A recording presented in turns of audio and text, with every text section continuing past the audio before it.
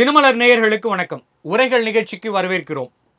உச்சநீதிமன்றம் ஒரு முக்கிய கருத்தை தெரிவித்திருக்கிறாங்க. என்னன்னா, எல்லா வழக்குகளையும் சிபிஐக்கு மாத்தாதீங்க, காவல்துறை விசாரிக்கட்டும். ஒரு வழக்கில் வேற வழியே இல்லை, கடைசி வாய்ப்பா வேணா சிபிஐக்கு அந்த வழக்கை மாற்றலாம். ஆனால் எல்லா வழக்கையும் அல்லது அரசியலாக்கப்பட்ட வழக்குகளையும் பெரிய வழக்குகளையும் உடனடியாக சிபிஐக்கு மாற்றுறதுங்கிறது ஒரு பழக்கமாகவே வந்துடுச்சு, வழக்கமாக மாறிவிட்டது. அது சரியில்லை அப்படின்னு ஒரு கருத்தை சொல்லியிருக்காங்க.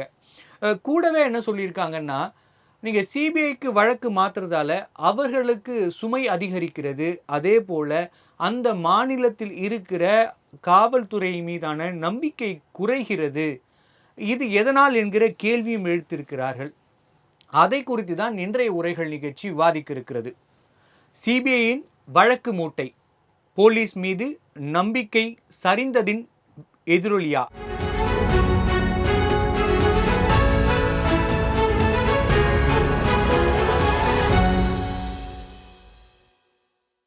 என்பது குறித்து விவாதிக்க நம்மோடு இணைந்திருக்கும் விருந்தினர்கள் வழக்கறிஞர் திரு ஜிஎஸ் மணி அவர்கள். வணக்கம் சார். வணக்கம் சார். மற்றும் முன்னாள் காவல்துறை அதிகாரி திரு மு ராஜேந்திர ராஜா அவர்கள். வணக்கம் சார். சார், இந்த உச்ச நீதிமன்றம் இந்த கருத்தை தெரிவித்திருக்கிறார்கள். அதன் பின்னணி என்ன சார்? எதனால் இந்த கருத்து தெரிவித்திருக்கிறார்கள்? என்ன கருத்து தெரிவித்திருக்கிறார்கள்? அதோட முக்கியத்துவம் என்ன சார்? அதாவது சிறப்பு புலனாய்வு மத்திய அரசின் கீழ் இயங்குகின்ற central bureau of investigation CBI புலனாய்வு என்பது உச்சநீதிமன்றம் இன்றைக்கு சொல்லியதல்ல. ஒரு சாதாரணமாக சிறப்பு புலனாய்வு சிபிஐக்கு உத்தரவிட முடியாது. நீங்கள் ஒரு சென்சேஷனல் வழக்கு, அதில் மாநில காவல்துறை அது சரியாக விசாரணை செய்யலை, இல்லை மாநில காவல்துறையோட தலையீடு இருக்குது, காவல்துறையை சார்ந்தவர்கள் அதில் அந்த குற்ற வழக்கில் தொடர்புடையில் இருக்காங்க, ஒரு அதிகாரம் படைத்தவர்கள் அரசியல்வாதிகளோ அல்லது அரசாங்கத்தில் அங்கம் வைக்கின்ற அமைச்சர்களோ அந்த குற்றத்தில் ஈடுபடும் போது அந்த சரியான ஒரு நீதி விசாரணை குற்ற வழக்குகளில் இருக்காது என்ற அடிப்படையில் தான் உயர்நீதிமன்றம், உச்சநீதிமன்றம் இது போன்ற வழக்குகளை சிபிஐ புலனாய்வுக்கு அனுப்புவது வழக்கம். இது ரொட்டீனாக இருக்கக்கூடாது என்று இன்று அல்ல, ஆரம்ப காலத்திலிருந்து உச்சநீதிமன்றமாகட்டும் அனைத்து உயர்நீதிமன்றங்களாகட்டும் இது போன்ற தீர்ப்புகளை தான் வழங்கும். அது மாநில காவல்துறையின் புலனாய்வு விசாரணையில் மக்கள் நம்பிக்கையை இழக்கின்ற இருக்கும்போது, அதேபோல் காவல்துறையை சார்ந்தவர்கள் அதில் அவர்களுடைய தொடர்புடையவர்களாக இருக்கும்போது இது போன்ற பல காரணங்கள் இருக்குது. சென்சேஷனல் வழக்கு பார்க்கலாம் நீங்கள், ஒரு அதிர்வலையை உண்டாக்குகின்ற வழக்கு. அதில் அனைத்து பொதுமக்களுக்கும் ஒரு இது இருக்கும். ஒரு மிகப்பெரிய ஒரு குற்றத்தை எப்படி ஒரு சாதாரண காவல்துறை ஒரு இன்ஸ்பெக்டர் ஆஃப் போலீஸ் எப்படி அதை விசாரிப்பார், அது போன்ற பல ஃபேக்டர்களை பார்த்து தான் ரேர் கேசஸ்லாம் உங்களுக்கு உச்சநீதிமன்றமாகட்டும் உயர் நீதிமன்றமாகட்டும் சிறப்பு புலனாய்வு கூடும். ஒரு சின்ன தெளிவுக்காக கேட்குறேன் சார். இப்போ காவல்துறையோ அரசாங்கமோ ஆளுகிற அரசாங்கமோ அந்த வழக்கில் வேறு விதமான ஒரு முடிவுகளை எடுப்பாங்க அப்படின்னு ஒரு நிலைமை இருக்குன்னா அப்போ சிபிஐக்கு மாற்றுறதுல சரி. ஆனால் ஒரு சென்சேஷனான விஷயம், ரொம்ப தேசத்தில் அளவில் பேசப்பட்ட விஷயம், அப்படி பெரிய வழக்குகள்லாம் கூட சிபிஐக்கு மாட்டுறாங்க. ஏன் அது காவல்துறைக்கு இல்லை அப்படிங்கிற கேள்வி இருக்குல்ல சார்? இல்லை, அதுதான் நீங்கள் பார்த்தீங்கன்னா காவல்துறை மாநில கட்டுப்பாட்டில் இருக்கின்ற காவல்துறைங்கிறது அது எந்த வழக்காக கூட இருக்கட்டும், ஒரு சில வழக்குகளுக்கு மட்டும்தான் எந்தெந்த அதிகாரி விசாரணை பண்ணணும்னு இருக்குது. ஒரு இன்ஸ்பெக்டர் லெவல்லேருந்து தான் அது ஆரம்பிக்கும். நீங்கள் போலீஸ் ஸ்டேஷனில் பார்த்தீங்கன்னா முதல்ல சப் இன்ஸ்பெக்டர் லெவலில் ஐஒன்ஸ் இன்வெஸ்டிகேஷன் ஆஃபீஸர்னு சொல்லுவாங்க. ஒரு சப் இன்ஸ்பெக்டர் அதை எஸ்ஐ விசாரிக்கக்கூடிய வழக்குகள் அவங்க அலோகேட் பண்ணுவாங்க. அதேமாதிரி இன்ஸ்பெக்டர் விசாரிக்கக்கூடிய வழக்குகள் அந்த காவல் நிலையத்தை சார்ந்த அந்த வழக்குகள் இருக்கும். சில வழக்குகளில் டெப்டி கமிஷனர் டிசிபி விசாரிப்பாங்க. ஆஃபீஸர் யாரா வேணா இருக்கலாம். அது ஒரு அந்தந்த சம்பந்தப்பட்ட அந்த வழக்குகளின் தன்மையை பொறுத்து எந்தெந்த வழக்குகளை யாரால் விசாரிக்கணும். இப்போ போக்சோ போன்ற வழக்குகள், எஸ்சி/எஸ்டி கேசஸ் போன்ற வழக்குகள்லாம் அதுக்கு உயர் அதிகாரிகளை தான் விசாரிக்கணுன்ற அந்த விதிமுறைகளே இருக்குது, அந்த சட்டத்திலே அது இருக்குது.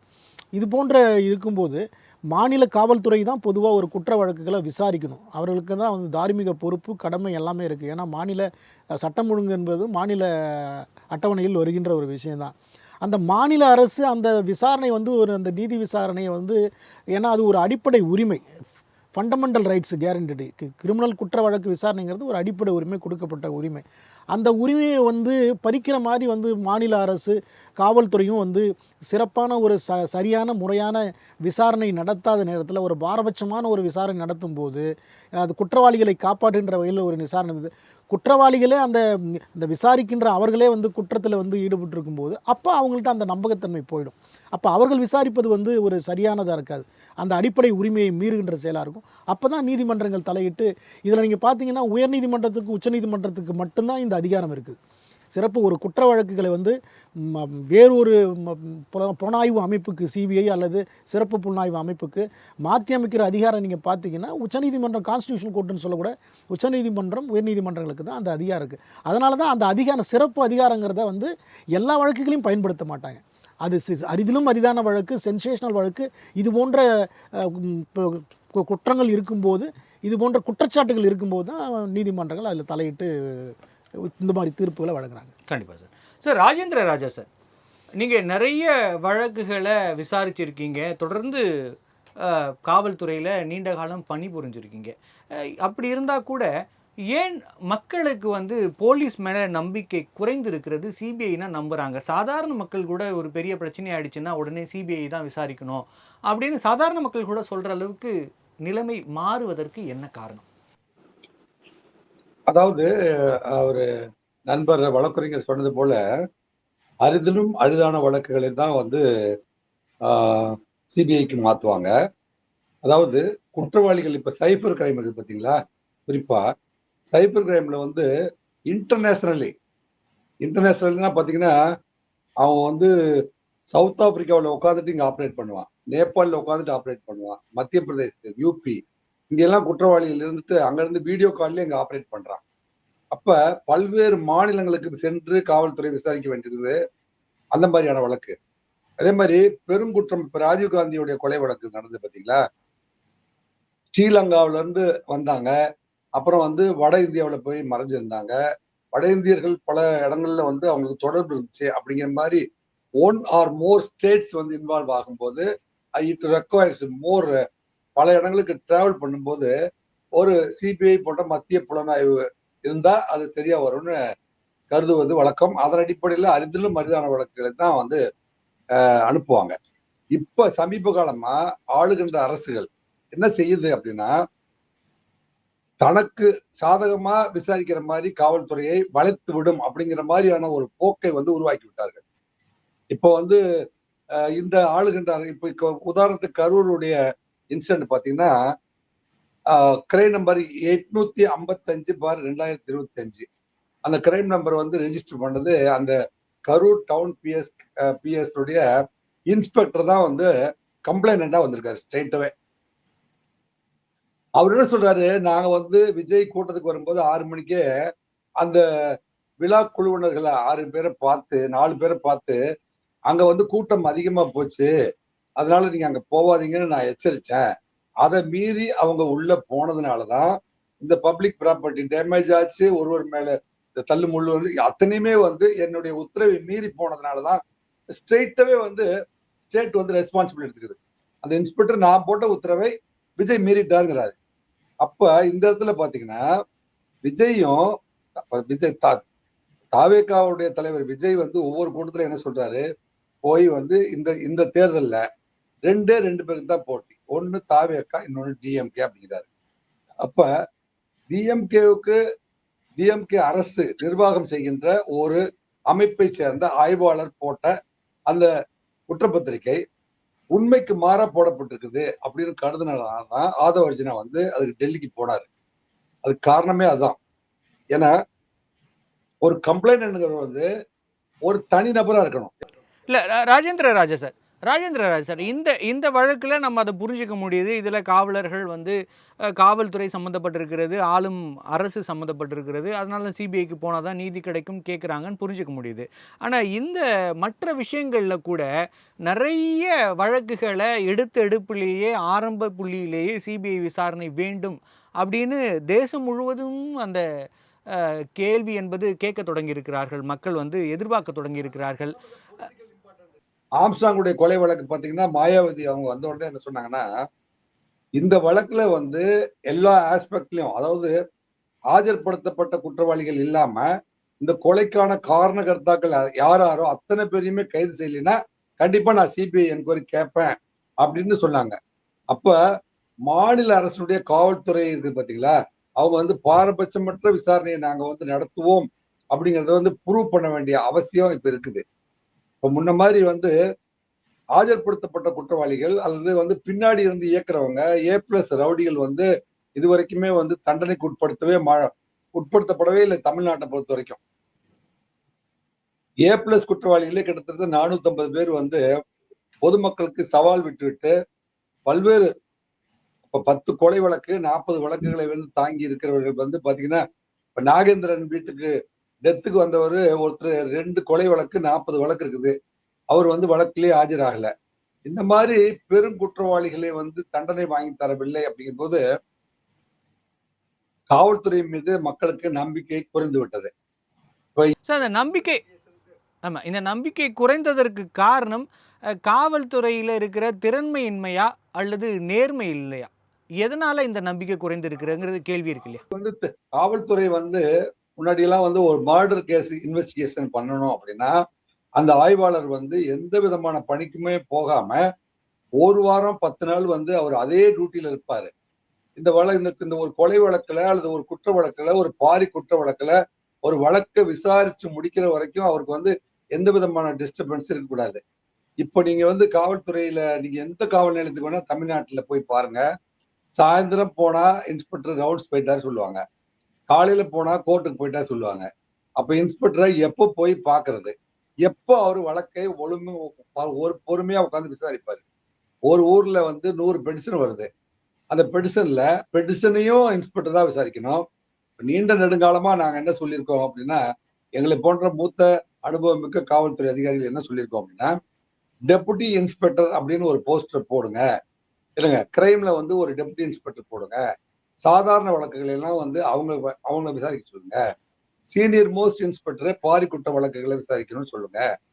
இந்த ஆய்வாளர்களுக்கெல்லாம் வந்து 12 மாசம் ட்ரைனிங் முடிச்சு அவர் வந்து உள்ள போனதுக்கு அப்புறமே வந்து இது 10 வருஷத்துக்கு முன்னாடி எல்லாம் காவல்துறை எப்படி இருந்துச்சுன்னா, இன் சர்வீஸ் ட்ரைனிங் அப்படின்னு சொல்லிட்டு பெரிய பெரிய மர்டர் கேஸ், ரைட்டிங் கேஸ், தீர்க்க முடியாத வழக்குகள்லாம் எப்படி கண்டுபிடிக்கணும் அப்படிங்கிறதுக்கு கிளாஸ் நடத்துவாங்க. ரெஃப்ரெஷ்மென்ட் கோர்ஸ் நடத்துவாங்க. இப்ப 200% வந்து அப்படி ஒண்ணு நடத்துறதே இல்ல. 10 மாசம் ட்ரைனிங் முடிச்சுட்டு வந்து அல்லது 1 வருஷம் ட்ரைனிங் முடிச்சு வந்த சப் இன்ஸ்பெக்டர் அப்படியே இன்ஸ்பெக்டரா ப்ரமோட் ஆவாரு. அவர் இருக்கிற அனுபவத்தின் அடிப்படையில அப்படியே பயணம் செய்யணுமே ஒழிய, இப்ப முன்னாடியெல்லாம் நாங்கலாம் வந்து ஆய்வாளரா பணியாற்றுகிற பொழுது அசோக் நகர் போலீஸ் ட்ரெய்னிங் காலேஜ்ல வாரம் வாரம் வந்து senior most police officer, retired police officer, அகில இந்திய லெவல்ல வந்து பெரிய பெரிய வழக்குகளை விசாரிச்சாங்க. எப்படி விசாரிச்சாங்க? எப்படி ஒரு வழக்குக்கு தீர்வு கண்டாங்க? அப்படிங்கிறதுக்கெல்லாம் இன் சர்வீஸ் ட்ரெய்னிங் உண்டு. இப்ப அந்த இன் சர்வீஸ் ட்ரெய்னிங்கே கிடையாது. அதே மாதிரி போஸ்டிங் போடும்போதே வந்து எல்லா ஆய்வாளர்களும் வந்து அரசியல்வாதிக்கு வேண்டியவர்களுக்கும் இல்லைங்க அந்த ஜாதிக்காரர்களுக்கு வேண்டியவர்களுக்குமே போஸ்டிங் போடுறது வழக்கமா ஆனதுனால தான் இப்போ வந்து தூத்துக்குடியிலயும் திருநெல்வேலியிலயும் வந்து கொலை நடக்கிறத நிறுத்தவே முடியல. சார் தொடர்ந்து இந்த ஒரு பேசலாம் சார். சார், தொடர்ந்து பேசலாம். சார், தொடர்ந்து பேசலாம். மணி சார். காவல்துறை நிர்வாகத்தை இதை மட்டும் சொல்லிடுறேன். காவல்துறை நிர்வாகத்தை வந்து முறையா வந்து நடத்தி மக்களின் நம்பிக்கைக்கு ஏற்றவாறு அமைக்கவில்லை அப்படிங்கிறதுனாலதான் எல்லாருமே வந்து சிபிஐ விசாரணை வேணும், சிபிஐ விசாரணை வேண்டும் என்று கேட்கிறார். நன்றி சார். சார், மணி சார், நீங்க இதை எப்படியா பார்க்குறீங்க? அவர்ட்ட கேட்ட அதே கேள்வி தான் உங்ககிட்டயும் எனக்கு இருக்கு. மக்களுக்கு ஏன் வந்து சிபிஐ மேல் நம்பிக்கை வந்ததற்கான காரணம் என்ன? ஏன் மக்கள் போலீஸை நம்ப மாட்டேங்கிறாங்க? ஏன் நிறைய இடங்கள்ல நீதிமன்றங்களே கூட நீங்க சொன்ன மாதிரி சிபிஐக்கு வழக்கு மாத்துங்க அப்படின்னு சொல்றாங்க. இதன் காரணங்கள் என்ன? சார் சொல்ற மாதிரி அங்க திறன்மையின்மை, நிர்வாக சீர் அது மட்டும் நம்ம பார்க்கலாமா? இல்ல வேறு எதுவும் அரசியல் காரணங்கள் இருக்கா? மற்ற விஷயங்கள் எதுவும் இருக்குன்னு நினைக்கிறீங்களா? இல்லை, நீங்கள் அரசியல் காரணங்கள் அதிகார துஷ்பிரயோகங்கிறது ஒரு 10% தான் இருக்கும். ஒரு 100 வழக்குகள் அப்படின்னா அதில் ஒரு 10 வழக்குகளில் தான் வந்து அரசியல் அதிகாரம், ஆளுமை, அரசியல்வாதிகள் தலையீடு, அமைச்சர்கள் தலையீடு இருக்கும். அதே மாதிரி வந்து இதெல்லாம் இருக்கும். மீதி 90% கிரிமினல் வழக்குகளில் வந்து முழுக்க முழுக்க அது வந்து காவல்துறையோட மெத்தன போக்கு தான். மெத்தன போக்குன்றதை விட அவரோட பணி சுமையும் சொல்லலாம். இப்போ மெத்தன போக்கு ஒரு புறம் இருந்தாலும், பணி சுமை ஒரு புறம் இருந்தாலும், மேஜர் ஃபேக்டருங்கிறது நேர்மையின்மை தான். நேர்மையின்மை இருக்கிறதுனால தான், கடமையின்மை, அவர்கள் கடமை என்ன என்பது அவர்கள் உணராததுனால தான் அந்த அதிகமாக நடக்கிறது வந்து இன்றைக்கி வந்து ஊழல், லஞ்சம். அடிமட்டத்தில் நான் சொல்கிறது, காவல்துறை போனீங்கன்னா முதல்ல அவர்களுக்கு கொடுக்கப்பட்ட கடமை என்ன, அது வந்து எல்லாருக்கும் கிடையாது. ஒரு மனிதனை இன்னொரு மனிதனை அடிக்கக்கூடிய உரிமை சட்டத்தில் யாருக்குமே கிடையாது. நீதிபதிகளுக்கே அந்த தீர்ப்பு வழங்குகின்ற நீதிபதிகளுக்கே அந்த உரிமை கிடையாது. ஒரு சட்டம் ஒழுங்கு ஏற்படுது, ஒரு கூட்டத்தை கலைக்கணும்னா தடியடி நடத்துவதற்கு சட்டத்திலே இடம் கொடுத்துருக்கிற ஒரு யாருன்னா காவல்துறை. காவல்துறை வந்து கீழ்மட்டத்தில் இருக்கிற காவல்துறைக்கு பாராமிலிட்ரி ஃபோர்ஸ் இவங்களுக்கு தான் அந்த அதிகாரத்தை கொடுத்துருக்காங்க. அப்போ உங்களுக்கு எந்த அளவுக்கு ஒரு மிக சிறந்த ஒரு உயரிய ஒரு அதிகாரத்தை கொடுங்க, அப்போ உங்களுடைய கடமை என்ன, அதை எப்படி நீங்கள் பயன்படுத்தணும். ஆனால் அந்த கடமையை தவறுறதுனால, அவர்கள் நேர்மை இல்லாமல் இருக்கிறதுனால தான் இது போன்ற மெத்தன போக்குகள், குற்ற வழக்குகளை சரியாக விசாரணைக்காமல் இருக்கிறது, அந்த காவல்துறை மேலே இருக்கிற நம்பிக்கை வந்து மக்கள் இழக்கிறாங்க. இன்றைக்கி வந்து மக்கள் வந்து எங்கே போக அதிகம் பயப்படுறாங்க, முதல்ல வந்து காவல் நிலையத்துக்கு போகிறது தான். முதல்ல என்ன சொல்லுவாங்க, என் வாழ்நாளில் என் பரம்பரையிலே நான் இன்ன வரைக்கும் போலீஸ் ஸ்டேஷன் போலீஸ் ஸ்டேஷன் வாசலை நான் மிதித்ததே இல்லை. நீ யாரை வேணாலும் எடுத்து பாருங்கள். முதல்ல காவல் நிலையத்துக்கு போனவங்க சொல்கிற வார்த்தை என்னென்னா, என் வாழ்க்கையிலே இந்த போலீஸ் ஸ்டேஷன் வாசலை நான் மிதித்ததில்லை, என்னை வந்து போலீஸ் ஸ்டேஷன் வர வச்சுட்டேன் அப்படின்னு வருத்தப்படுவாங்க. அப்போனா என்ன, காவல் நிலையம் என்பது ஒரு பாதுகாக்கக்கூடிய ஒரு ஆலயம் மாதிரி இருக்க வேண்டிய இடம் வந்து என்னாச்சு, இன்றைக்கி அது ஒரு ஆபத்தான ஒரு தீவிரவாதிகள் கூடாரம் மாதிரி மக்கள் வந்து நினைக்க ஆரம்பிச்சிட்டாங்க. அதனோட வெளிப்பாடு தான். அதுக்கு முழுக்க காரணம் காவல்துறையை சார்ந்தவர்கள், அவர்களுக்கு கொடுக்கப்பட்ட கடமை அதுக்கு என்ன அப்படிங்கிறத உணராமல் மக்களை அவங்க நடத்துகிற விதம், குற்றவாளி நடத்துகிற மாதிரியே தான் வந்து புகார்தாரர்களையும் நடத்துவாங்க. நீங்கள் வந்து மேலை நாடுகள்லாம் பார்த்தீங்கன்னா, மணி சார், நான் நீங்கள் சொன்ன கருத்தோட உடன்படுறேன். ஆனால் இந்த சிபிஐக்கு மாற்றுகிற வழக்குகள் என்பது நீங்கள் சொன்னது இந்த சாமானியர்களை காவல்துறை எப்படி ஹேண்டில் பண்ணுறாங்க அதனால் மாறி இருக்கிறது சொல்லியிருக்கீங்க. ஆனால் சிபிஐ விசாரணை வேண்டும் அப்படின்னு பெருவாரியான மக்கள் கேட்குற விஷயம்லாம் ஒரு ஸ்டேட் அளவுக்கோ இல்லை நேஷனல் அளவுக்கோ பெரிய விஷயமா இருக்கும். அந்த விஷயத்தில் போயிட்டு ஒரு நேர்மையின்மை அதன் வெளிப்பாடாக ஒரு விசாரணை சரியாக நடக்காது அப்படின்னு நம்ம அப்படி ஒரு முடிவுக்கு வர முடியாது இல்லையா? ஏன் அந்த மாதிரியான வழக்குகள் கூட காவல்துறையிலிருந்து சிபிஐக்கு மாற்றப்படுகிறது? இல்லை, இப்போ நீங்கள் சொல்கிறதெல்லாம் கரெக்டு தான். அது பொதுவாக நீங்கள் பார்த்தீங்கன்னா, இந்த சிபிஐ விசாரணைக்கு சிறப்பு புலனாய்வுக்கு உத்தரவிடக்கூடிய அந்த ஒட்டுமொத்த வழக்குகளோட பர்சன்டேஜை பார்த்தீங்கன்னா, அதில் அதிகப்படியான பர்சன்டேஜ் யாருனாக்கா அந்த ஊடக வெளிச்சத்துக்கு வந்து மக்கள் மத்தியில் ஒரு மிகப்பெரிய அதிர்வலை உண்டாக்குன்ற வழக்குகளுக்கு தான் வந்து சிறப்பு புலனாய்வு, சிபிஐ போன்ற விசாரணைக்கு உத்தரவிடுறாங்க. இது மக்கள் மத்தியில் அது ஒரு இந்த விவகாரம் வெளியில் வரும்போது தான், அது சாதாரண மனிதன் பாதிக்கப்பட்டது, அது சிவகாசியில் அங்கே வந்து கஸ்டோடியல். நீங்கள் சொன்ன அந்த லைனோட ஒட்டி தான் சார் என்னோட கேள்வியாக இருக்குது.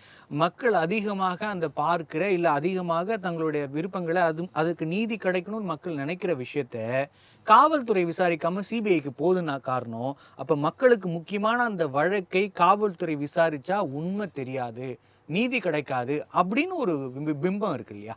அதை நாம எப்படியா பார்க்க முடியும்? அதற்கான விஷயங்கள் என்ன? அது பிம்பமாகவா, அது உண்மையாங்கிறது? அது பிம்பம் கிடையாது, அது வந்து ஒரு தாக்கம், ஒரு அதிர்வலை. அது வந்து மக்கள் பார்க்கும்போது ஒரு விஷயத்தை உங்களுக்கு தெரியாது, நீங்கள் பார்க்கல கேட்கல அப்படின்னா, அது நீங்கள் உணரலைன்னா அதை நீங்கள் கடந்து போயிடலாம். ஏன்னா நீங்கள் வந்து இந்த ஊடக வெளிச்சத்துக்கு, மக்கள் வெளிச்சத்துக்கு வந்த இந்த வழக்குகள் மட்டும்தான் இது போன்ற வழக்குகள் இல்லை. இது போன்ற பல வழக்குகள் வந்து ஊடக வெளிச்சத்துக்கும் மக்கள் வெளிச்சத்துக்கும் வராத வழக்குகள், கஸ்டோடியல் டெத்து எத்தனையோ இருக்குது. அதிகார பலம் படைத்த பல வழக்குகள் வந்து விசாரணைக்கு உட்படுத்தாமல், ஈவன் வழக்கு வந்து பதிவு செய்யாமல் கூட எத்தனையோ வழக்குகள் இன்றைக்கி நடக்கு. அது ஏன் வந்து அது மாதிரி சிறப்பு புலனாய்வுக்கு போகலன்னா, இது மக்கள் மத்தியில் அந்த வரல, அது வராதனால மக்களுக்கு அது தெரியல. அப்படி ஒரு பெரிய வெளிச்சம் வந்து அதை வந்து காவல்துறை சரியா விசாரிப்பாங்க, விசாரிச்சு அதற்கான நீதிகளை கொடுத்தா மக்கள் வந்து ஏத்துக்கு தான் போறாங்க. ஆனா அப்படி ஒண்ணு வரும்போதே அதை சிபிஐக்கு மாத்துறதுங்கிறது இங்க நேர்மை இல்லாத அதிகாரிகளால தான் மாத்தப்படுகிறது அப்படிங்கறத நம்ம ஏத்துக்க முடியாதுல்ல சார். இல்ல ஒரு நேர்மை இல்லாத அதிகாரியா கூட இருக்கட்டும், மக்கள் அதிகமா பேசுற ஒரு முக்கிய பிரச்சனையில அவர் நேர்மை தவறி ஒரு ஒரு விசாரணையை நடத்த போறது இல்ல. அப்படி இருக்கப்ப அப்புறம் ஏன் இல்ல மாத்துறாங்க அதுதான் அப்படிங்கறதான கேள்வியா இருக்கு. அதுதான் புலனாய்வு அமைப்போட நம்பகத்தன்மைன்னு ஒன்று இருக்கு. மக்கள் வந்து அதை வந்து எந்த அளவுக்கு அதை நம்புறாங்கன்றது தான் இருக்கு. நீதி வழங்கப்படுவது மட்டும் முக்கியம் இல்லை. நீதி வழங்கப்படுவதை உறுதி செய்யப்பட வேண்டும். ஜஸ்டிஸ் வந்து ஜஸ்டிஸ் மட்டும் கிடையாது, justice seems to be done அப்படிங்கிறது தான் சொல்கிறாங்க. நீதி வந்து அதை வழங்கப்படணும், அதை வந்து உறுதிப்படுத்தணும். இது மக்கள் வந்து அது இந்த ஒரு விஷயம் வந்து பெரிய அளவில் அதிர்வலை உண்டாக்கும்போது அப்போ கூட மாநில அரசுகள், மாநில அரசின் கீழ் இருக்கிற காவல்துறை வந்து பிடிவாதமாக நாங்கள் தான் விசாரிப்போம் அரசியல் காரணங்களுக்காக சொல்லும்போது தான் அப்போ அது மக்கள் மத்தியில் இன்னும் மிகப்பெரிய அதிர்வலை உண்டாக்குது. அது வந்து மிகப்பெரிய வந்து ஒரு போராட்டமாக வருது. அனைத்து அரசியல் தலைவர்களும் அதுக்கு வந்து சிபிஐ வேணும்னு சொல்கிறது. இது பொதுநலவாதிகள் வந்து உயர் நீதிமன்றத்தை நாடுறது, சிபிஐ விசாரணைக்கு வேணும், சிறப்பு புலனாய்வு வேணும்னு கேட்குறது. இது எல்லாமே பார்த்திங்கன்னா இது வந்து ஒரு பானை சோத்துக்கு ஒரு சோறு பதன்ற மாதிரி பல இந்த மாதிரி விவகாரங்கள், பல குற்றங்கள், பல குற்ற வழக்குகளை வந்து காவல்துறை மெத்தன போக்கு வந்து 1, 2 வெளிவரும்போது அதில் கூட வந்து சிறப்பு புலனாய்வு கொடுக்க மாட்றாங்க அப்படின்ற அந்த மக்களோட ஆதங்கம் தான் வந்து இப்படி சிபிஐ விசாரணைக்கு மாற்றி உத்தரவிடுவதற்கான காரணமாக நான் பார்க்குறேன். இல்லைனா வந்து நீதிமன்றம் இன்றைக்கி சிபிஐ பார்த்திங்கன்னா உண்மையிலே சிபிஐ வழக்குக்கு விசாரணைக்கு உத்தரவிடுறதுங்கிறது சிபிஐக்கு ஒரு மிகப்பெரிய அழுத்தம் தான். இன்றைக்கி 7000 வழக்குகள் மேலே இன்றைக்கி வந்து நிலுவையில் இருக்கிறது. இன்றைக்கி வந்து 20 வருஷத்துக்கு மேலான வழக்குகள் கொஞ்சம் ஒரு குறிப்பிட்ட வழக்குகளும், 10 வருஷத்துக்கு மேலான குறிப்பிட்ட வழக்குகளும் சிபிஐயுமே இன்றைக்கி வந்து படாத பாடு தான் படுறாங்க. ஏன்னா அவங்களுடைய புலனாய்வு விசாரணை என்பது வித்தியாசமாக இருக்கும். அவங்களுடைய ஸ்ட்ரக்சரு, இன்ஃப்ராஸ்ட்ரக்சரு, அவங்க விசாரிக்கின்ற விதங்கள், கொண்டு வர இது, அவங்களுடைய அந்த ஸ்க்ரூட்டினைஸ் பண்ணுற அந்த இதெல்லாம் வந்து பல ஸ்டெப்ஸ் இருக்கும் அவங்களுக்கு வந்து. அவங்க வந்து அதே மாதிரி பார்த்தீங்கன்னா சிபிஐ வழக்குகளில் வந்து கன்விக்ஷன் ரேட் அதிகம் மற்ற புலனாய்வு அமைப்புகளை விட. இப்போ நீங்கள் எத்தனை கேஸு வழக்குகள் வந்து நீங்கள் வந்து சிபிஐக்கு மாற்றி உத்தரவுறீங்களோ அவ்வளோ பர்டன் தான் சிபிஐக்கு. சிபிஐ ஒன்றும் இது கிடையாது. ஆனாலும் வேறு வழி இல்லை. நீதியை நிலைநாட்டணுன்னா, மக்களோட நம்பிக்கையை வந்து இது பண்ணணும்னா, அவங்களுடைய உரிமைகளை பாதுகாக்கணும்னா இது போன்ற விசாரணைக்கு உத்தரவிட்டால் தான் அப்போ தான் இது ஒரு சிம்பாலிக் மெசேஜ் வந்து காவல்துறை சார்ந்தவர்களுக்கும் இன்றைக்கி போகும். இன்றைக்கி எத்தனையோ வழக்குகளில் வந்து காவல்துறை வந்து கடுமையான விமர்சனங்களை வைக்கும்போது தான் குறைஞ்சபட்ச காவல் நிலையில் நடக்கிற கஸ்டோடியல் டார்ச்சர், கஸ்டோடியல் டெத்து இன்றைக்கி வந்து காவல்துறைக்கு வந்து ஒரு இதுவாக இருக்குது, பாடமாக இருக்குது. அதுவும் இல்லைன்னா இன்னும் இது போன்ற குற்ற சம்பவங்கள் அதிகம்தான் நடக்கும். நன்றி சார். சார் ராஜேந்திர ராஜா சார், இதே டாப்பிக்கில் எனக்கு இன்னொரு கேள்வி இருக்குது. மக்களுக்கு போலீஸ் மேலே நம்பிக்கை இல்லை. அது சார் சொன்ன மாதிரி ஊடகங்கள் வெளிச்சம் வரலாம், மற்ற விஷயங்கள், அரசியல் காரணங்கள், அப்படி நிறைய காரணங்கள்லாம் சொல்லிடலாம். அதனால் மக்களுக்கு வந்து தவறாக கட்டமைக்கப்பட்டது அப்படிங்கிற வாதத்தெலாம் கூட ஏற்றுக்கலாம். ஆனால் ஆட்சியில் இருக்கிற முதல்வர் எதிர்க்கட்சியாக மாறி எதிர்க்கட்சி தலைவராக இருக்கப்ப அவருக்குமே கூட அவர் அதிகாரத்தில் இருக்கும்போது அவரின் கட்டுப்பாட்டில் இருந்த அந்த காவல்துறை மீதே அவருக்கு நம்பிக்கையே இருக்க மாட்டேங்குதா சார்? இது இந்த கட்சி அந்த கட்சின்னு இல்லை, 2 கட்சிக்கும் இப்படி தான் இருக்குது. அப்போ 2 தலைவர்களுக்குமே மாறி மாறி வராங்க, அவங்களுக்குமே நம்பிக்கை இல்லாத அளவுக்கு காவல்துறை சீர்கெட்டு கிடக்கிறதா? தமிழ்நாட்டுல முக்கியமா கவனிக்க வேண்டிய ஒரு விஷயத்த நீங்க நோட் பண்ணிக்கங்க. இது வந்து காங்கிரஸ் காட்சியில மட்டும்தான் வந்து கக்கன் அப்படின்னு ஒரு தனியா ஒரு அமைச்சரை வந்து நியமிச்சிருந்தாங்க. கலைஞர் எப்ப வந்து பதவிக்கு வந்தாரோ அதன் பிறகு உள்துறை அப்படிங்கிற தமிழ்நாட்டு மக்கள் அத்தனை பேருடைய கான்ஸ்டிடியூஷனல் ரைட்ஸை பாதுகாக்க வேண்டிய முக்கியமான ஒரு பெரிய பொறுப்பை வந்து முதலமைச்சர்கள் வந்து அடிஷனல் சப்ளிமெண்டரியா வச்சுக்கிறாங்க கையில. முதலமைச்சர்கள் கையிலேயே அது இருக்குது. அப்ப முதலமைச்சர் வந்து எதிர்கட்சி சாதகமா அதை நடத்த மாட்டாரு அப்படின்னு எல்லா முதல்வர்களும் நினைக்க ஆரம்பிச்சிட்டாங்க. என்னங்க அவரு இப்ப திரு பழனிசாமி போலீஸ் தானே அது, அப்படிதான் பேசுவாங்க. பேசும்போது பழனிசாமி போலீஸ், ஸ்டாலின் போலீஸ் அப்படியெல்லாம் பேச ஆரம்பிச்சிட்டாங்க. ஏனென்றால் முதலமைச்சர் கையில் அந்த அதிகாரம் இருக்கிறதுனால அது வந்து ஸ்டாலின் போலீஸ் என்றும், பழனிசாமி போலீஸ் என்றும், ஜெயலலிதா போலீஸ் என்றும், எம்ஜிஆர் போலீஸ் என்றும். இதுல வந்து வைகோபால் சாமி என்ன செஞ்சுட்டாருன்னா, நாங்க 87 பேட்ச்ல 1300 பேர் வந்து ரொம்ப கஷ்டப்பட்டு 3 வருஷமா கஷ்டப்பட்டு செலக்ட் ஆகி வந்திருக்கிறோம். வந்த உடனே என்ன சொல்றாரு, இவங்கெல்லாம் எம்ஜிஆர் கையெழுத்து போட்டு வந்த ஆளுங்க 2 வருஷத்துக்கு இவங்கெல்லாம் ப்ரொபேஷனா கம்ப்ளீட் பண்ணாம இழுக்கடிக்கணும்னா அப்படின்னு வைகோபால் சாமி மூத்த அரசியல்வாதி என்னங்க அவர் சொன்னாரு.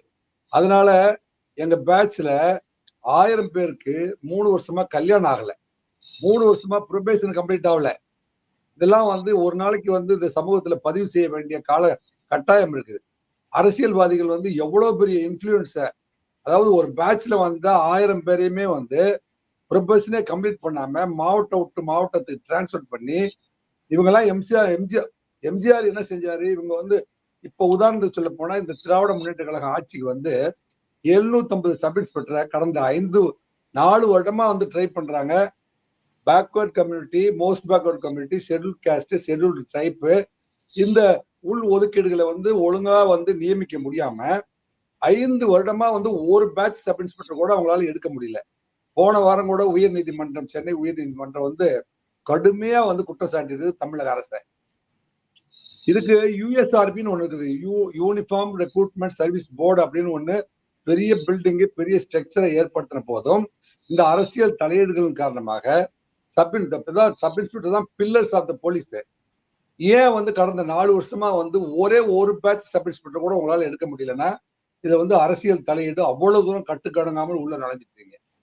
இதனாலதான் வந்து இந்த அரசாங்கம் நடந்துச்சுனாவே இந்த போலீஸ் வந்து இவங்க கண்ட்ரோல் தான் இருக்கும், அதனால நமக்கு நீதி கிடைக்காது அப்படின்னு மக்கள் நினைக்க ஆரம்பிச்சுட்டாங்க. இதுக்கு வந்து நாங்க எத்தனையோ முறை வந்து சொல்றோம். அதே மாதிரி போலீஸ் வந்து பாத்தீங்கன்னா 120 பேர் 1,00,000 பேரை பராமரிக்கிறதுக்கு ராஜேந்திர சார் ராஜேந்திர சார், பொதுமக்கள் சொல்றாங்க, அதை நான் புரிஞ்சுக்கிறேன். ஆனா காவல்துறையை தன்னுடைய கட்டுப்பாட்டில் வைத்திருந்த முதல்வர்கள் எப்பொழுதும் சொல்றது அடிமை காவல்துறை அப்படிங்கிற வார்த்தைகள்லாம், ஏவல் துறை அப்படிங்கிற வார்த்தைகள்லாம் தொடர்ந்து சொல்லிட்டே இருக்காங்க.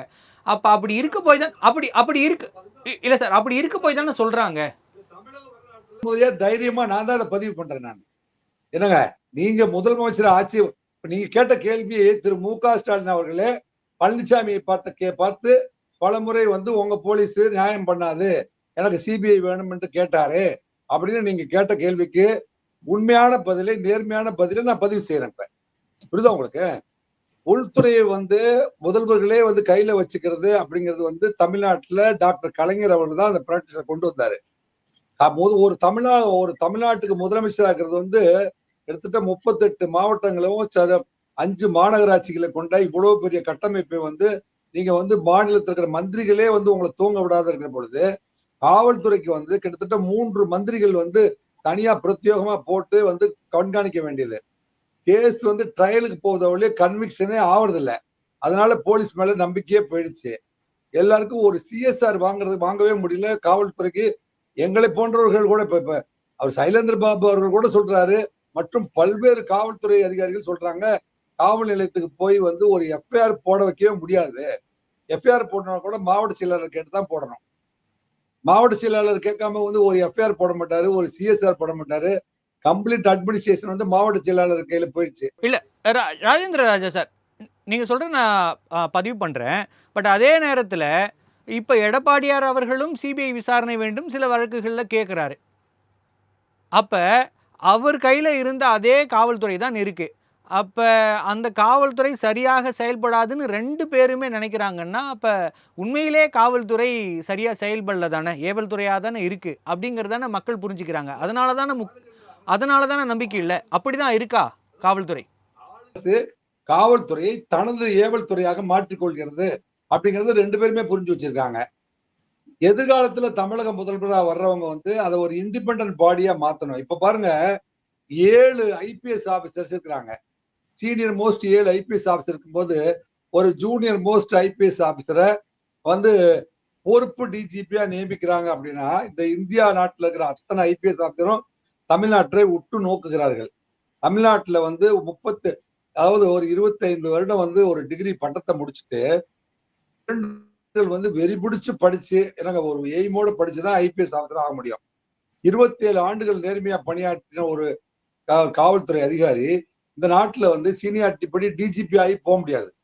தமிழ்நாட்டை வந்து இது பதவிகளை வந்து இந்த மாதிரியான நியமிக்கிற ஒரு தவறான முன்னுதாரணத்தை வந்து கொண்டு வந்திருக்காரு. அதன் அடிப்படையில தான் வந்து பாத்தீங்கன்னா இப்ப வந்து டிஜிபி பதவி ஏற்புக்கு 10 senior officer IAS officer 10 senior IPS ஆபீசர்கள் பதவி ஏற்புக்கு போகவில்லை. இதெல்லாம் வந்து எதை காட்டுகிறதுன்னு நீங்க நினைக்கிறீங்க?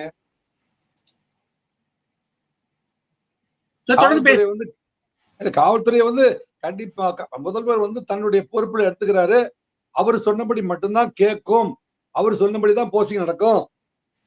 டிஜிபி பதவியே வந்து அவர் விரும்புறவர் தான் போடுவாரு. எவ்வளவு பெரிய சீனியரா இருந்தாலும், எவ்வளவு பெரிய சாதனையாளரா இருந்தாலும் தமிழ்நாட்டுல வந்து டிஜிபியா வந்து வர முடியாது. உதாரணமா அஸ்ரா கார்க் வந்து ஒரு நேர்மையான அதிகாரி. இந்த முறை வந்து ராஜேந்திர ராஜேந்திர சார், உங்க கேள்வியை தான் நான் மணி சாருக்கு வைக்க விரும்புறேன். சார், தமிழகத்துல இப்படியான நிலைமை இருக்கு அப்படிங்கறத ராஜேந்திர ராஜா சொல்றாரு. ஆனா இந்த இந்த ஒப்பீனியன் வந்து சுப்ரீம் கோர்ட் சொல்லியிருக்கு, இந்தியா முழுக்கைக்கு தான் சொல்லியிருக்கு. அப்ப இந்தியா முழுக்கவும் காவல்துறை என்பது இப்படித்தான் இருக்கா? ஏன் வந்து அவர்கள் குறிப்பிட்டு சொல்லியிருக்காங்க? இல்லை, நீங்கள் சொல்கிறது இந்தியா முழுக்க நீங்கள் பார்க்குறீங்க. தமிழ்நாட்டில் தான் இந்த அவலம் வந்து அதிகமாக இருக்குது. அவர் சொன்ன மாதிரி முன்னாள் காவல்துறை அதிகாரி அவர் சொன்ன மாதிரி அதில் நான் உடன்படுறேன். முதல்வர்கள் வந்து அவங்க பார்த்திங்கன்னா காவல்துறைங்கிறது ஒரு மிக முக்கியமான துறை, அதிகாரம் படைத்த துறை. அதை வச்சு தான் நீங்கள் வந்து பல குற்றவாளிகளை காப்பாற்ற முடியும், பல குற்றவாளிகளை தண்டிக்கவும் முடியும். ஆனால் அரசியல் இன்றைக்கி பார்த்திங்கன்னா அரசியலில் வந்து அமைச்சர்கள் யாரெல்லாம் அமைச்சர்களாக வர்றாங்க? கட்ட பஞ்சாயத்து பண்ணுறவங்க, வசூல் பண்ணுறவங்க, கப்பம் கட்டுறவங்க, ஆளுகின்ற அரசாங்கத்துக்கு அரசியல் கட்சிகளை நடத்துகிறவங்க, கட்சிகளுக்கு ஆட்களை வர வைக்கிறவங்க, ஓட்டுக்கு பணம் கொடுக்குறவங்க, இவங்கள தான் வந்து இன்றைக்கி என்ன பண்ணுறாங்க? அதில் யார் பெஸ்ட்டு, அதில் யார் இது பண்ணுறது? இந்த ஒரு படத்தில் வருங்களே, நல்ல உயரமாக இருக்கும், நான் சட்டசபைக்கு அனுப்பான், 4 பேரை தட்டுவான் அடிப்பான்னு. அந்த மாதிரி வந்து அதிக குற்றங்களை புரியவர்கள், அராஜகம் பண்ணுறவங்க, வசூல் பண்ணுறவங்கள தான் இன்றைக்கி அமைச்சர்களாக போடுறாங்க. அப்போ அந்த அவர்கள் பண்ணுற குற்றங்களை காப்பாற்றக்கூடிய இடத்துல இருக்கிற வேண்டியது யார்? காவல்துறை. அப்போ காவல்துறைக்கு வந்து அமைச்சராக இருக்க வேண்டியவர் வேற யார்கிட்ட கொடுத்தா நாளைக்கு முதலமைச்சரை கைது பண்ணக்கூடிய அதிகாரம் வந்து ஹோம் மினிஸ்டருக்கு வரும், உள்துறை அமைச்சருக்கு வரும். அப்போ என்ன பண்ணுறாங்க? முதல்வர்களே அதை வச்சுக்கிறாங்க, ஒரு கண்ட்ரோலுக்காக வச்சுக்கிறாங்க. ஏன் இதை வந்து முன்னாள் வச்சுக்கிறாங்களா? கண்ட்ரோலில் வச்சுக்கிறாங்க. கண்ட்ரோலுக்காகவும் வச்சுக்கிறாங்க, கண்ட்ரோல்லையும் வச்சுக்கிறாங்க. நீங்கள் அப்படி தான் அதை பார்க்கணும். முன்னாள் முதல்வர் வந்த உடனே என்ன பண்ணுவார்? முதல்வர் வந்து எதிர்க்கட்சி தலைவர் ஆகிட்டாருன்னா என்ன சொல்லுவார்? இனி வந்து உங்கள் காவல்துறை, ஏவல் துறை, இது வந்து உங்கள் அடிமை, காவல் அடிமை அப்படின்னு சொல்லுவாங்க. அதே அவர் வந்து முதல்வராக இருக்கும்போது என்ன பண்ணுவாங்க? இன்றைக்கி முதல்வராக என்ன சொல்லுவார்? இதே தான் அவர் சொல்லுவார். இதுக்கு என்ன காரணம்னா, இதுதான் குற்றவாளிகளை வந்து காப்பாற்றுறதுக்காக இவர்கள் வந்து என்ன செஞ்சாங்களோ அதை வந்து அவர்களுக்கு தெரியும். அதில் நம்ம இதை இப்படி புரிஞ்சுக்கலாமா? 2 கட்சிகள், முக்கிய பிரதான கட்சிகள் மாறி மாறி ஆட்சிக்கு வராங்க, மாறி மாறி ஒரே குற்றச்சாட்டை சொல்கிறாங்க அப்படின்னா, இது இவர்கள் 2 பேரை மேலே இருக்க தப்புன்னு புரிஞ்சுக்கலாமா? இல்லை காவல்துறை எடுப்பார் கைப்பிள்ளையாக இருக்கிறது, அது காவல்துறை தான் சரி செய்ய வேண்டும் அப்படின்னு நம்ம புரிஞ்சுக்கலாமா? இல்லை, அதுக்கு வேறு வழி கிடையாது. ஏன்னா இன்றைக்கி நீங்கள் வந்து நீங்கள் கான்ஸ்டியூஷனல் ஸ்ட்ரக்சர் பார்த்தீங்கன்னா, இன்றைக்கி வந்து காவல்துறைங்கிறது அது வந்து மாநில அரசின் கட்டுப்பாட்டில் தான் இருக்குது. அவங்க ஒரு அட்டானமஸ் பாடி கிடையாது. அதிகாரம் படைத்தவர்களாக இருந்தாலும் சரி, அட்டானமஸ் பாடி கிடையாது. அவங்க வந்து ஒரு மிகப்பெரிய சென்சேஷனல் கேஸில் ஒரு உள்துறை செயலாளரை நினச்சா எந்த ஒரு காவல் அதிகாரியும் வந்து டிரான்ஸ்ஃபர் பண்ண முடியும், சஸ்பெண்ட் பண்ண முடியும். அப்போ அந்த அதிகாரம் இருக்கும்போது அதிகார துஷ்பிரயோகம் இருக்கும். அப்போ வந்து முதல்வர் தான் அத்தாரிட்டி. முதல்வர் வந்து நியாயமானவராக, நான் இந்த முதல்வர் அந்த முதல்வர்னு சொல்கிறேன், நான் பொதுவாகவே சொல்கிறேன். முதல்வர் வந்து நியாயமானவராகவும் நேர்மையானவராக இருந்தாரா அவரோட வந்து அமைச்சர்களை வந்து நியாயமான அமைச்சர்களை கொண்டு வருவார், நியாயமானவர்களுக்கு சட்டமன்ற உறுப்பினர்களாக ஆக்குவார், அவர்கள் மாவட்ட தலைவர்களாக ஆக்குவார். ஆனால் வர்றவங்க எல்லாருமே இந்த மாதிரி வசூல் மன்னர்களாகவும் குற்றம் செய்வர்களை காப்பாற்றுவர்களாகவும் வரும்போது என்ன பண்ண முடியும்? எந்த ஒரு முதல்வராலையும் இதை கண்ட்ரோல் பண்ண முடியாது. இதுக்கு தார்மீக பொறுப்பு வந்து மாநிலத்தில் இருக்கிற முதல்வர் தான். உள்துறைக்கு வந்து அமைச்சராக இருக்கிறவர் அவர் தான். அவர் நினச்சா என்ன வேணாலும் கட்டுப்படுத்தலாம். அவர் நியாயமாக இருந்தார்னாக்கா உள்துறை செயலாளரை கட்டுப்படுத்தலாம், டிஜிபியை கட்டுப்படுத்தலாம், கமிஷனர் ஆஃப் போலீஸை கட்டுப்படலாம், ஒவ்வொரு மாவட்டத்தில் இருக்க எஸ்பியை கட்டுப்படுத்தலாம். நீங்கள் நியாயவாதிகளாக இருந்தால், மக்கள் நலனை காப்பவர்களாக இருந்தால் நீங்கள் சொல்லவே வேண்டாம், உங்களுக்கு பயப்படுவாங்க. இன்றைக்கி வந்து திமுகவில் வந்து நான் பொதுவாக குறிப்பாக சொல்கிறேன், திமுகவில் வந்து காவல்துறையோட அராஜக போக்கு ஏன் அதிகமாக இருக்குன்னா, நீங்கள் கீழ்மட்ட லெவல்லேருந்து, கிராமத்திலேருந்து, ஒன்றியத்திலேருந்து, டவுன்லேருந்து, பேரூராட்சியிலேருந்து மாநில லெவலில் வந்து நீங்கள் பார்த்தீங்கன்னா அரசியல் அதிகாரம் தலையீடு துஷ்பிரயோகம் இருக்குது. ஆனால் அதிமுகவில் முன்னாள் முதல்வர் அவர் ஜெயலலிதா அம்மையார் இருந்தப்போ கூட அந்த கிடையாது. அவங்க மேலே ஒரு பயம் இருந்தது. தப்பு பண்ணால் தண்டனை அவங்களுக்கு கிடைக்கும், சீட்டை கிழிச்சிருவாங்க, அது கட்சி பதவி எடுத்துருவாங்க. ஆனால் இங்கே அப்படி கிடையாது. இங்கே அப்படி கிடையவே கிடையாது. அந்த பயங்கிறது வந்து அவர் மறைந்த முன்னாள்வர் கலைஞர் கருணாநிதி அவர்களுக்கு கிடைக்கும், திமுககாரர்களுக்கு பயம் கிடையாது, இவர் மு.க. ஸ்டாலின் அவர்கள்ட்டையும் பயம் கிடையாது. பயம் இல்லாத காரணத்தினால தான் அவர்களை வந்து இந்த மாதிரி குற்றங்கள் வர்றதுக்கு காரணம். அவர்களால் கட்டுப்படுத்த முடியல, காவல்துறை கட்டுப்படுத்த முடியல, அவர் கட்டுப்பாட்டுக்குள்ளே வச்சுக்கிறாங்க. நன்றி சார். சார் ராஜேந்திர ராஜா சார், இறுதியான என்னோட கேள்வி சுருக்கமாக உங்ககிட்ட பதில் எதிர்பார்க்குறேன். போலீஸ் மீது நம்பிக்கையை மீட்டெடுக்கணும்னா என்ன பண்ணணும்? உங்களோட இறுதியான சுருக்கமான கருத்து சார். அதாவது டைரக்ட் இப்ப அவர் சொல்லிட்டாரு ஏற்கனவே, டைரக்டர் ஜெனரல் ஆஃப் போலீஸ் வந்து அட்டானமஸ் பாடியா இல்ல. தமிழக முதல்வர் யாரோ, தலைவன் எவ்வளியோ மக்கள் எவ்வளி. முதல்வர் வந்து தன்னைத்தானே வந்து தமிழ்நாட்டுக்கு வர, நான் வந்து திரு மு.க. ஸ்டாலினை மட்டும் சொல்ல, தமிழ்நாட்டுக்கு வருகின்ற முதலமைச்சர் யார் வந்து உள்துறையை கையில வச்சுக்கிறாங்களோ அவங்க வந்து நேர்மையானவர்களாகவும் பாரபட்சமற்றவர்களாகவும் இருக்கணும். இல்லைங்க, அனைவருக்கும் நீதி, கான்ஸ்டியூஷன்ல சொல்லப்பட்டபடி அனைவருக்கும் நீதி வழங்க வேண்டும் என்கின்ற உள்நோக்கத்தோடு வந்து செயல்படுகின்ற உள்துறை அமைச்சரும் அல்லது முதல்வரும் இருந்தா வந்து காவல்துறை முழு பொறுப்போடு கண்டிப்பா செயல்படும். இது நம்ம கட்சிக்காரர்களுக்கு மட்டும் சாதகமா பண்ணிக்கலாம் அப்படிங்கிற சிந்தனை இருக்கிற வரைக்கும் இந்த காவல்துறைக்கு இந்த அவப்பெயர் வெளியே போவதற்கு வாய்ப்பே இல்லை. நன்றி சார். நம்முடைய விவாதத்தில் கலந்து கொண்டு பல்வேறு கருத்துக்களை நம்மோடு பகிர்ந்து கொண்டமைக்கு நன்றி. நன்றி சார், வணக்கம். மற்றும் ஒரு நிகழ்ச்சியில் சந்திக்கலாம்.